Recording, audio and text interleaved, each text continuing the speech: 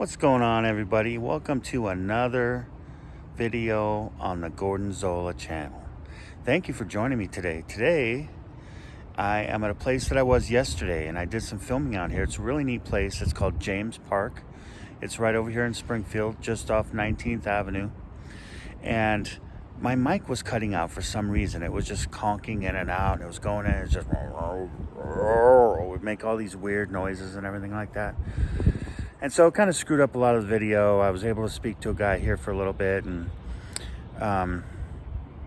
did a little research as I went back home, because there was a number of things that I had questions about. And so I did a little more research, and it made this park that much more interesting. So thank you for coming along. Again, this is part of the rich Springfield history, if you want to call it a series, but it's a little park here that was made in 1947. The land was donated, and it's been here for a long, long time ever since then. So let's go explore a little bit. Let's go have fun.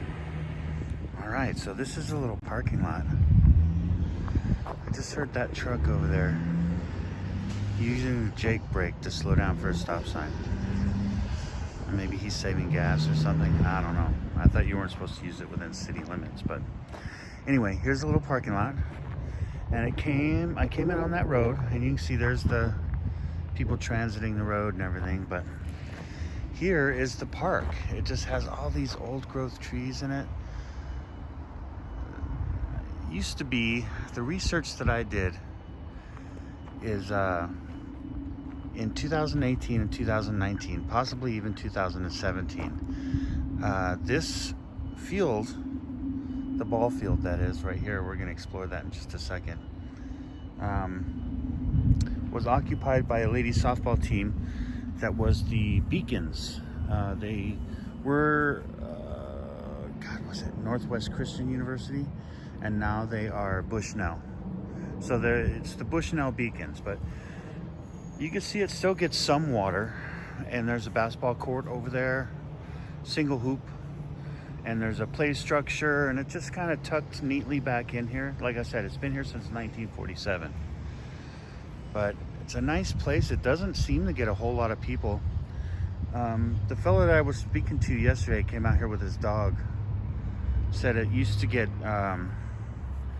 since the pandemic or COVID, it was getting filled up with homeless people, or bums, I should say, not homeless people, the kind that just leave destruction in their wake, and trash and garbage and everything else like that. So I'm glad that they've got it all cleaned out. But I found this marker here too, dedicated to W.E. James in 1954. Let's see here. There we go. In honor of W.E. James, devoted service. He was a Glenwood businessman. So this used to be, up until 1954, when it was first made a park, it was Glenwood Park. And then they renamed it in 1954 in honor of Mr. James. And so we'll walk over towards the ball fields here. You can see the foul pole. Beautiful, beautiful day, by the way.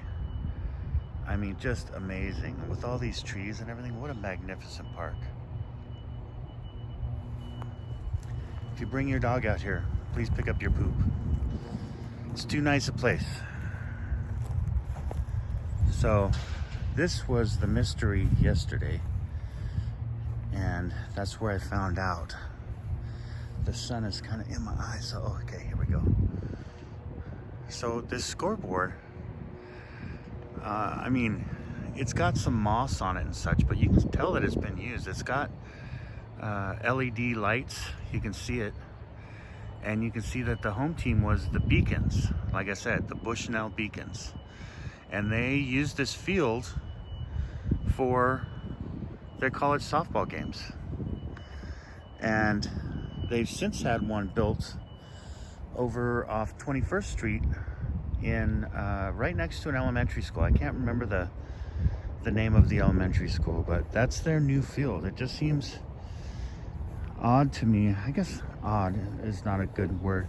Unique is a better word, because I mean, they don't have a field over there. Bushnell is right next to directly adjacent, I should say, the University of Oregon, and they cannot use their field. So neat. You know, they got to do what they got to do, right? So this just looks, oh my gosh, this line of trees. I wonder how long these have been here. If they've been here since 1947 or maybe 54. I wonder how long this ball field has been here. This used to be a UPS hub, and now somebody else uses it. Franz stores their trucks. And this little laydown area directly in front of me across the gravel road was employee parking. And you can see you get other parkers on the street and everything, but nobody's parking in there. But so back to this little field here. You can see here's the dugout. The guy told me yesterday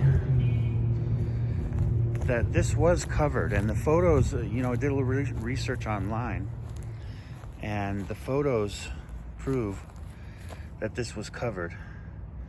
It had a chain link back. These used to extend up right here. These were cut off. So it had a chain link back, and it had a roof that extended up. You can see the poles, the pole ends right up there that came across. And they just took it out because I guess it was rotting because it wasn't being maintained very well. And last time we had a big snow, it collapsed. And you can see a lot of the rot here. Poor wood. And the field's seen better days too, I'm sure. Let me get you up over this fence here so you can see. It's always been a dirt field with the outfield being grass. But nobody's maintained it in some time. So here's the bleachers. This always reminds me of Little League. I thought it was a Little League field. I'm sure at some point it has been used as a Little League field, but the parental bleachers. Yeah, and you can see it has a pretty good, you know, the electrical box and everything is in good shape. Looks like people have been trying to pry it up for whatever reason. It's not like there's money in there. And so this was the home dugout here. And I saw a bunch of pictures online. If you look this up and you go to, you know, the map thing, and you can find it. But this used to be, I guess, a pitching and batting cage, you know, for warm-ups. And it's all made out of metal, square tubing, welded together and bolted at the top. And it used to have that screen around it. So they've cut all that back and everything, but still, it's, oh my gosh, it's a relic, you know. It's history here. I mean, think of all the people that have made their way out here to watch a ball game since however long this has been here, you know what I mean? But this brings back so many good memories for me. It just feels so exposed and so open. I'm right behind home plate. This is what the catcher would see. You look down the third base line, look down the first base line. Permanent home plate as well.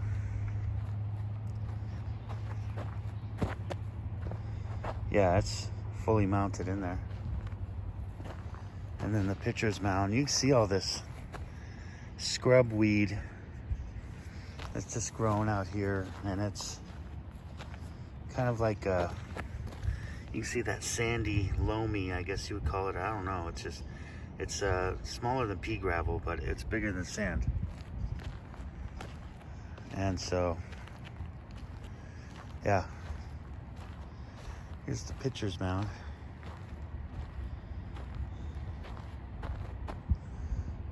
Very neat. Very cool. And the bases are out there. I mean, the holes in the ground, you know, for the bases and everything. But it's just so cool. Bit of history. I just think of all the, like I said, all the people that came here, watched their children, or, you know, watched friends, or participated. You know, I'm sure that in this area there's someone who has played here as a kid, which, I don't know, that warms my heart. I just have to say, it warms my heart. You can see this shed over here all locked up, and I'll show you the sign. We'll walk out to the sign there, and you can see here, it's just behind is a house, and it's a fairly big house. So it makes me wonder, as I walk around here, if this weren't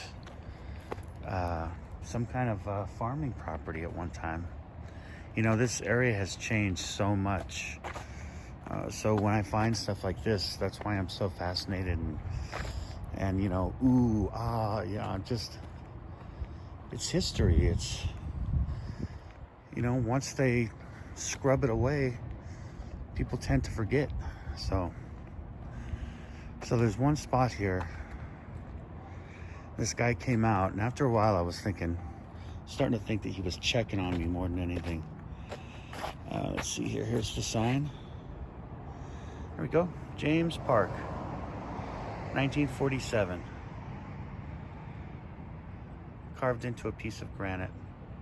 This was, in fact, the first park in the Willamette Park and Recreation District. Isn't that amazing? This was the very first park, 1947. It's still here. These trees are still here. But anyway, that guy that I was telling you about, I noticed that as I drive in today, he's parked in a handicap spot. Not that I think anybody comes out here, but still, just, you know, I don't know. This place here, I don't know, I think it's a, it says Action Golf Carts. Does golf carts and stuff like that. But before, that whole area out front there was a garbage heap.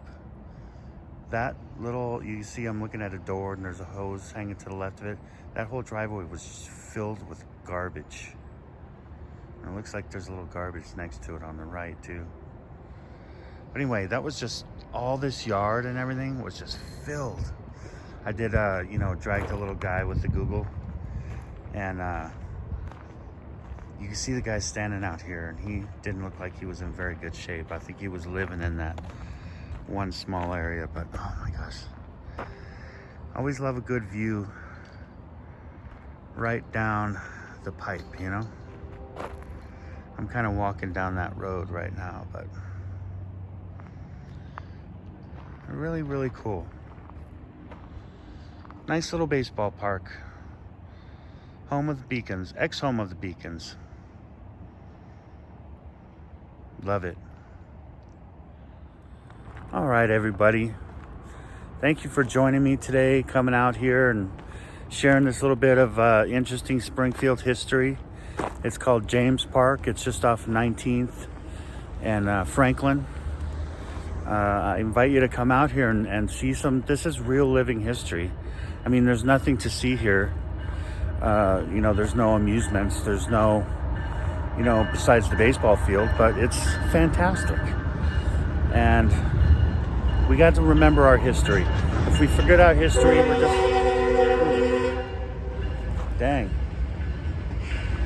That's the train going by right there.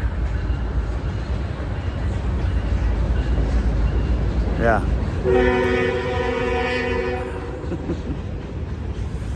All right. If you like this video, please give it a thumbs up. If you liked it more, consider subscribing to my channel. And if you liked it even more than that, consider helping me out. You know, send me $1 or $2, whatever you can. I want to go a little bit further abroad. You know, I'm doing a lot of stuff here in Springfield. And if you can help support me and I can start getting some views, and I want to go further out. I want to go see all around here in Oregon. I love the YouTube. I watch YouTube. That's why I wanted to be part of this community. And I want to go and fill it with my own unique content and everything. And I'll always be true and honest. And you might not always, I'm not going to get too opinionated on here, but I just want to say it how it is. And if you like that, then come along with me again. As always, have a great day.